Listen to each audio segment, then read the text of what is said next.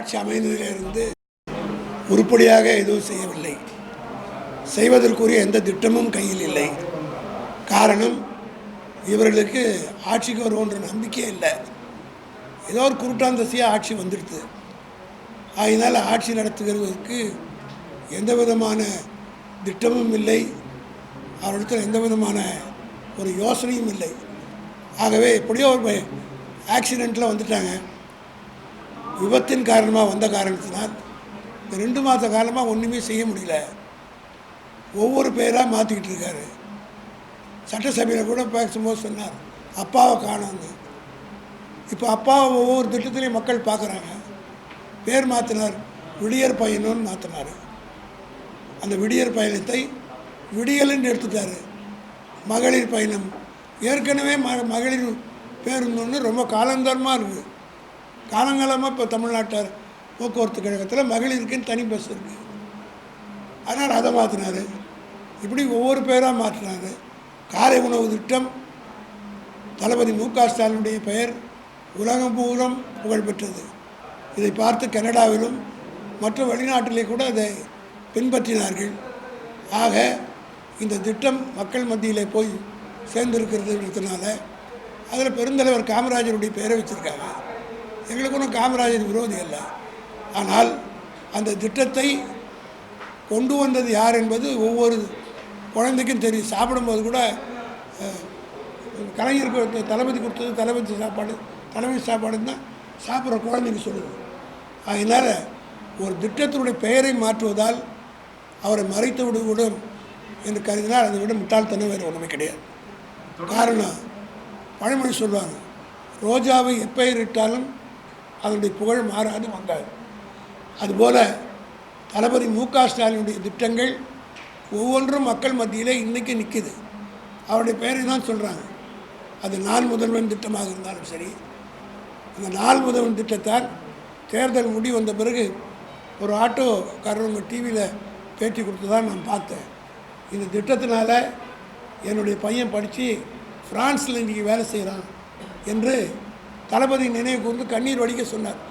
இந்த மாதிரி ஒவ்வொரு திட்டத்தினுடைய பயணம் மக்கள் உணர ஆரம்பித்து விட்டார்கள். அதே போல் இந்த தாய்மானவர் திட்டம் என்பத பெயர் எவ்வளோ உன்னதமான பெயர்.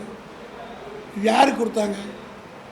இதுவரையில் தமிழ்நாட்டில் நாங்கள் தேர்தல் வாக்குறுதியாக கொடுக்கல. திமுக சார்பில் இப்படி வந்தோன்னு நாங்கள் செய்வோம்னு சொல்லலை. ஆனால் ஒவ்வொன்றையும் தளபதி மு.க. ஸ்டாலின் பார்த்து செய்தார்.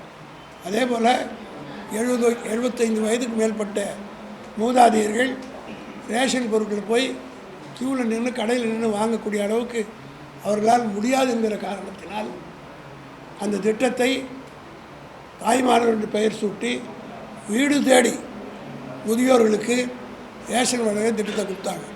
முதல்ல 75 வயசுன்னு வச்சார். அப்புறம் 70ன்னு குறைத்து 65 வயது வரையில் குறைத்து அது இன்றைக்கு பல தாய்மார்கள், வயசானவங்க, யாருடைய குழந்தை குட்டி இல்லாதவங்க வெறும் ரேஷன் கார்டு மத்திய நம்பி இருக்கக்கூடியவர்களாம் வீடு தேடி கதவு தட்டி கொடுத்த போது எல்லோரும் மகிழ்ச்சியாக அதை ஏற்றுக்கொண்டார்கள். அதே போல் வறுமை கோட்டு கீழே இருக்கிற குழந்தைகளுக்கு ஊக்கப்படுத்துகிற திட்டம் தான் தாய்மானவர் திட்டம். இந்த தாய்மானவர் திட்டம் எப்படின்னா தாய் உள்ளத்தோடு செய்கிறவங்க. இது தாயோடு தந்தையோடு இருக்கிறவங்களுக்கு, மற்றவங்களுக்கு அது மாதிரி இருக்கிறவங்களுக்கு தான் தாய் பாசம் தெரிந்தவங்களுக்குலாம் அதனுடைய அருமை தெரியும். அதை தெரியாமல் இன்றைக்கு மாற்றிருக்கிறார்கள். ஆனால் தமிழ்நாட்டு மக்கள் இதெல்லாம் கூர்ந்து கவனித்து கொண்டிருக்கிறார்கள். எந்த பெயரை மாற்றினாலும் நீங்கள் மாற்ற மு.க. ஸ்டாலின் பேர் தான் சொல்லுவாங்க. இதை புரிந்து கொள்ளாமல் யாரோ அவருக்கு அறிவுரை சொல்கிறாங்களா, யார் சொல்கிறாங்கன்னு தெரியல, இதை கேட்டு செய்து கொண்டிருக்கிறார். நிச்சயமாக இதெல்லாம் அவருக்கு நெகட்டிவாக தான் ஆக போகுது. இது திட்டத்தை பெயர் மாற்றம் மட்டும் இல்லாமல் முன்னாள் அமைச்சர்கள் மீது தொடர்ச்சியாக கைது பண்ணுறாங்க. இப்போ குறிப்பாக செந்தில் பாலாஜி மீது வழக்கு பதிவு செஞ்சுருக்காங்க. புதிதாக எங்கள் நீதிமன்றத்தில் ஒரு வழக்கு இருக்கக்கூடிய சூழலில் புதிதாக ஒரு டிவிஎஸ்சியில் ஒரு வழக்கு பதிவு பண்ணுறாங்க. அதாவது டிவிஎஸ்சி வழக்கு போடுறதை பற்றி செந்தில் பாலாஜியை பொறுத்த முற்றிலும் அவர் திராவிட முன்னேற்ற கழகத்தில் மிக தீவிரமாக பணியாற்றி, குறிப்பாக கொங்கு மண்டலத்தில் அவர் பொறுப்பேற்ற பிறகு பெரிய திமுகவுக்கு செல்வாக்கு தேடுது என்பதை காரணம் காட்டி அவரை எப்படி பழி வாங்கணுன்ற நோக்கத்தோடு அவர் ஏற்கனவே 19 மாதம் சிறையிலேருந்து பழக்கப்பட்டு விட்டார். அதனால் இந்த மாதிரி வழக்கெல்லாம் போடுறதுனால யாரையும் அழித்து விட முடியாது, திமுக காரனையும் ஒழித்து விட முடியாது. எமர்ஜென்சி காலத்துலேருந்து நாங்கள் பார்க்காத கேஸ் காரணம் சிபிஐ பார்த்தோம், மற்ற வழக்குகள்லாம் பார்த்துருக்குறோம். ஆனால் எல்லா வழக்குகளையும் வெற்றி பெறுறாங்க. ஒரே ஒரு கேள்வி கேட்குறேன். 2001 இரவோடு இரவாக கலைஞர் கைது செய்யப்பட்டார். அது பெரிய செய்தியாக போட்டாங்க, அது சந்தோஷப்பட்டாங்க.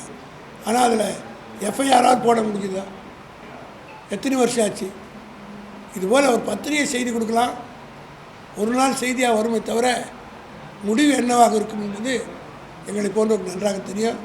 இந்த மாதிரி பொய் வழக்குகளை போடுற நேரத்தை விட்டுட்டு அதில் தான் அரசாங்கம் கவனம் செலுத்திட்டு.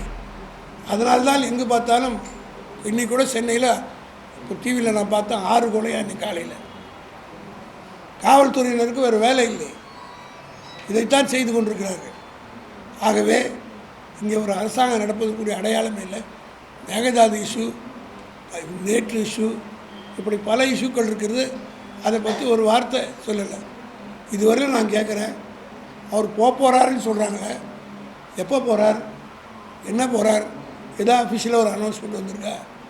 ஆக ஒரு தெளிவில்லா சர்க்கார், ஒரு திறமையற்ற சர்க்காராக, எதுவுமே வெளிப்படைத்தன்மை இல்லாத ஒரு சர்க்காராக. அதே போல் மின்வெட்டை பற்றி நீங்கள்லாம் அமைச்சர்கள், இன்றைக்கி அமைச்சர் பேட்டி கேட்குறாங்க, ப்ரெஸ்காரன் கேட்குறாங்க, ஓடுறாரு.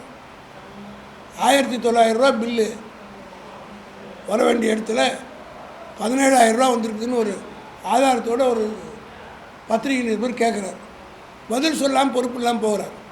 இது எப்படின்னா, மின் வாரியத்தில் கூடுதலாக அமைச்சிட்றாங்க. இப்போ 1000 ரூபா கட்ட வேண்டிய இடத்துல 7,000 ரூபா வசூல் பண்ணிட்டு இந்த 7,000 ரூபாய் திருப்பி கொடுக்க போகிறதில்ல. ஆக கொஞ்சம் கொஞ்சமாக கழிச்சிக்கிறாங்க. இது ஒரு மோசடி, இது ஒரு மிஸ்அப்ராப்ரியேஷன் தான். மக்கள்கிட்டேருந்து திருடுறது, அதிகமான வசூல் பண்ணி, இது மறைமுகமாக ஒரு திருட்டுத்தனமான வேலை தான். இது திருடுன்னு கூட சொல்லலாம். மக்கள்கிட்டேருந்து பணத்தை திருடி இன்றைக்கு ஈபி நடத்துகிறார்களா என்று சொல்லக்கூடிய அளவுக்கு திருப்பி 7,000 வீட்டு தப்பாகிடுச்சின்னு சொல்கிறாங்கல்ல, அதை உடனே திருப்பி கொடுக்க வேண்டியது தானே. கழிச்சிங்கன்றாங்க. அப்போ என்ன அர்த்தம்? இந்த பணத்தை ரொட்டேஷன் பண்ண போகிறாங்க.